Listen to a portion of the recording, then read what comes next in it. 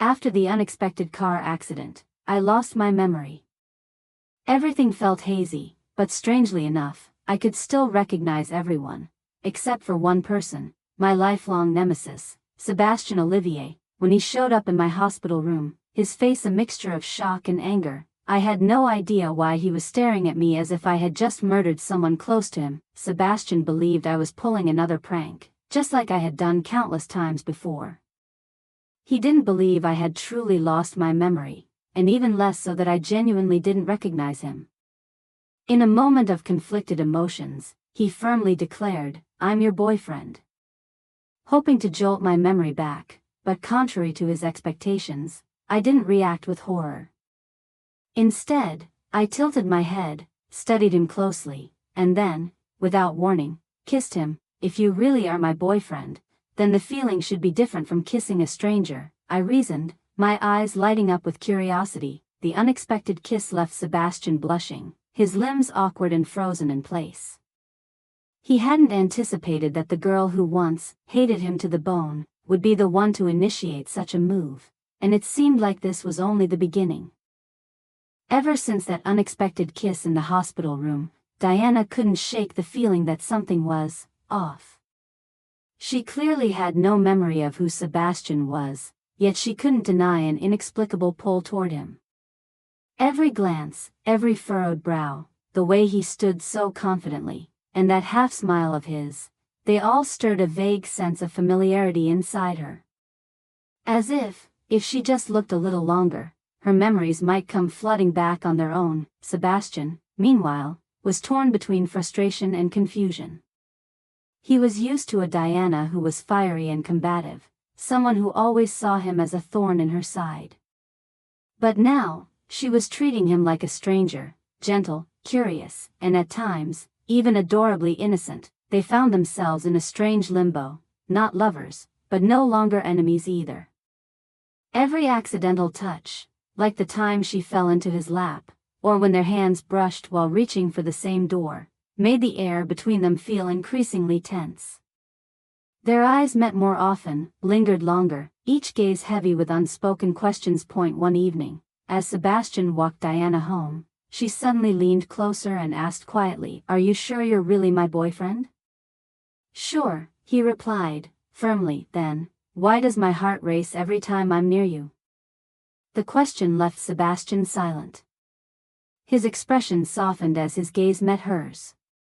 He didn't have an answer, only the growing suspicion that, maybe, he was feeling the same, and just like that, amidst the confusion and undefined lines between them, something intimate began to take root. Quietly, intensely, and irresistibly, Diana accepted Sebastian's explanation, that they were a couple in love and had once lived together. He told her that she used to love him deeply, so much so that she couldn't bear to spend even a single night away from him. His words sounded so sincere that they left her unsettled. There was no evidence to prove otherwise, and Diana herself felt an inexplicable sense of familiarity whenever she was near him. So, she decided to give him the benefit of the doubt, at least until her memories returned. But then, one small detail shook everything. One morning, while searching for Sebastian's number in her contacts to ask him to buy coffee, Diana froze. His name was saved as Super Ultra Mega Idiot, complete with an angry emoji. Worse yet, the message history from before her memory loss had been wiped clean, but there was a note indicating that he had once been blocked. She looked up at the man in the kitchen, hair slightly messy, face serious as he made coffee, and a wave of doubt swept over her. This man, was he really her boyfriend? Or was he taking advantage of her amnesia to fabricate a story? Suspicion led Diana to pay closer attention to Sebastian's behavior. And that's when she started noticing strange things. When she unexpectedly held his hand, he blushed like a teenage boy. When she hugged him from behind, he froze, his heartbeat visibly racing. Every time she made a move, he became flustered, sometimes even stammering. Most telling of all, when she kissed him again, he completely froze for a few seconds, then panicked and apologized, as if he were the one being violated. Diana began to suspect that she might have hated him enough to block his number. In the past, and that this whole boyfriend story was just a made-up lie, either a twisted prank or worse, a cover for something else. And yet, the strange thing was, despite all the signs pointing to a lie, Sebastian didn't seem like a liar. That he cared for her sincerely, cooked for her himself, remembered all the little things she liked, and always maintained a respectful distance, as if afraid of making her uncomfortable. A question began to form in Diana's mind: if he's lying, then why is he so shy about kissing me? And it was then she started to realize, perhaps the relationship between them had once been far more complicated than a simple love story. A relationship that had never been named, but was slowly revealing itself through his awkward touches and the emotions he could no longer hide in his eyes. The more time Diana spent living with Sebastian, the more she felt that their relationship wasn't as simple as he claimed. The apartment he called their love nest showed no clear signs of being shared by a couple in love. There were no photos of them together on the walls, no matching items, and most suspicious of all, the bedroom had only a small single bed, and the pillow on the other side remained untouched, perfectly smooth, as if no one had ever slept there. One afternoon, while tidying the bookshelf, she accidentally discovered a thick envelope tucked behind some old novels. Curious, she opened it, and froze. Inside were dozens of photos of herself. One particular photo showed her asleep at her desk, hair slightly tousled, lips gently pressed together, and the angle of the shot was unmistakably from behind a window. It didn't look like something taken by a lover, but more like a hidden camera shot. Suspicion surged through her. Diana decided she needed to dig deeper, but at that exact moment, she slipped in the living room. Trying to steady herself, she ended up landing right in Sebastian's lap. The room instantly filled with an awkward silence. Her face flushed red, while he sat frozen like a statue, eyes wide, not daring to look at her. Sorry, she stammered as she got up quickly, trying to hide her embarrassment. Then, she finally asked directly, "Sebastian, did we really ever love each other?" He hesitated briefly, then met her gaze and answered softly, "Didn't you say you trust me? My feelings for you are real. They've never been fake." His voice was steady and sincere, but in Diana's mind, puzzle pieces of memory began to stir. Something deep inside whispered that while his feelings might be real, the story he was telling her might not be the whole truth.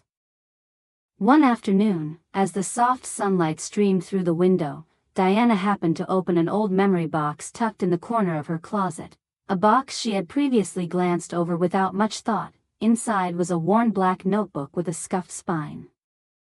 Scribbled on the cover were the words, "Revenge Log, dedicated to the annoying Sebastian Olivier."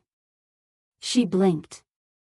Her hands trembled slightly as she flipped through the first few pages. Fuzzy memories suddenly came rushing back. She remembered carefully recording every time Sebastian had caused trouble, hiding her school bag in the storage room, putting salt in her bubble tea, drawing a mustache on her ID photo, and even pretending to be a teacher just to read aloud from her unfinished diary. Each mischievous act was detailed in the angry but emotionally charged words of a young girl, but as she kept flipping, the notebook stopped being a revenge log. The final pages held something different, something unfamiliar. She had written about someone quietly swapping out her torn sneakers for a new pair. Someone who pushed her broken bike without a word, someone who left a warm milk carton in her desk drawer whenever she was sick. Although the entries never mentioned a name, small handwriting in the corner of the page hinted at a familiar one, Sebastian. Diana paused, her heart pounded as realization slowly dawned. Behind all the pranks was a boy who had always been watching over her, in the clumsiest, but most genuine way. That he never apologized, but always fixed things in silence, and she, despite constantly claiming to hate him, had clearly started questioning her own feelings back then. She sat quietly with the notebook in her hands for a long time, her heart stirred. Buried memories were beginning to resurface, not just of a loud, chaotic childhood, but of a feeling that had never been named. And now, she finally understood why Sebastian hesitated whenever he spoke of their relationship, because it wasn't a love that began with sweetness. It was a love born from years of cold wars, that had quietly turned into longing, without either of them noticing. As Diana closed the final pages of the notebook, her heart suddenly felt heavy. A blurred image flashed through her mind: icy cold water, panicked screams, and warm arms wrapping tightly around her from behind. The memory burst forth like a crashing wave. 2 years ago, it was Sebastian who had saved her from drowning. That day, it had rained, the stream behind the school had swelled dangerously, she had slipped and fallen, terrified as the current pulled her away, and the person who dove in without hesitation was none other than the lifelong nemesis she had once sworn she hated, Sebastian Olivier. From that moment on, something inside her began to shift, not suddenly, but slowly, like a small flame rising from dying embers. Diana remembered writing, "Maybe I don't hate Sebastian as much as I used to. Maybe I've started to like him." She also remembered hiding those feelings deep within, afraid of being laughed at, of getting hurt, and Sebastian. He had kept his distance all that time. That he never confessed, never said the words, "I love you," only watched over her quietly from afar. That he always believed that if he spoke up, she would pull away again, just like before. And yet, in a cruel twist of fate, after the accident, it was she who kissed him first. No memories, no reasoning, just a deep, undeniable pull of the heart. As if something within her already knew, it had always been him. That night, they sat side by side on the balcony. Diana tilted her head slightly and asked, "Why didn't you tell me sooner?" Sebastian let out a soft laugh, eyes gazing into the distance. "I thought you wouldn't believe me. Or worse, you'd add another entry to your revenge notebook." She laughed, then quietly reached out and held his hand. Memories may fade, but emotions, if they're real, will always find their way back. And in the end, they both came to understand, what truly bound them together wasn't the past, but a feeling that had never changed, no matter the version of the present. Once Diana and Sebastian confirmed their feelings were genuine, they decided it was time to stop hiding.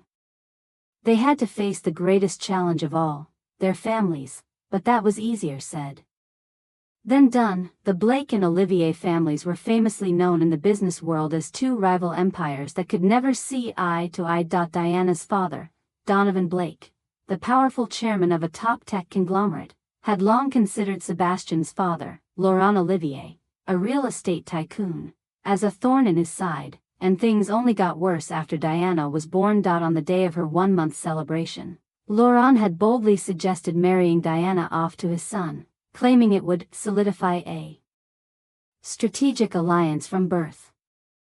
Donovan nearly spat out his celebratory wine and declared, "My daughter doesn't even know how to say, 'Daddy,' yet, and you're already talking about marriage?" From that moment on, the two families entered a state of unspoken but intense rivalry. Though Sebastian and Diana had merely been innocent bystanders in this long-standing feud, they were now caught at the very center of its storm. The meeting between the two families was arranged for a formal evening at a private restaurant. Barely 5 minutes into the meal, subtle jabs were already being flung like bullets to Mr. Donovan, "I heard your real estate business has been slowing down this year?" Mr. Laurent smiled politely, "And your tech company still seems to be in the experimental phase." The atmosphere turned cold, like stepping into a freezer. Diana and Sebastian exchanged desperate glances, but just then, something unexpected happened. Diana's mother, Helena, who had remained silent throughout, suddenly spoke up gently. "Actually, I find Sebastian very polite, kind-hearted, and he truly seems to love our daughter." Lucille, Sebastian's mother, smiled warmly and added, "Diana is exactly the kind of daughter-in-law I've always wished for."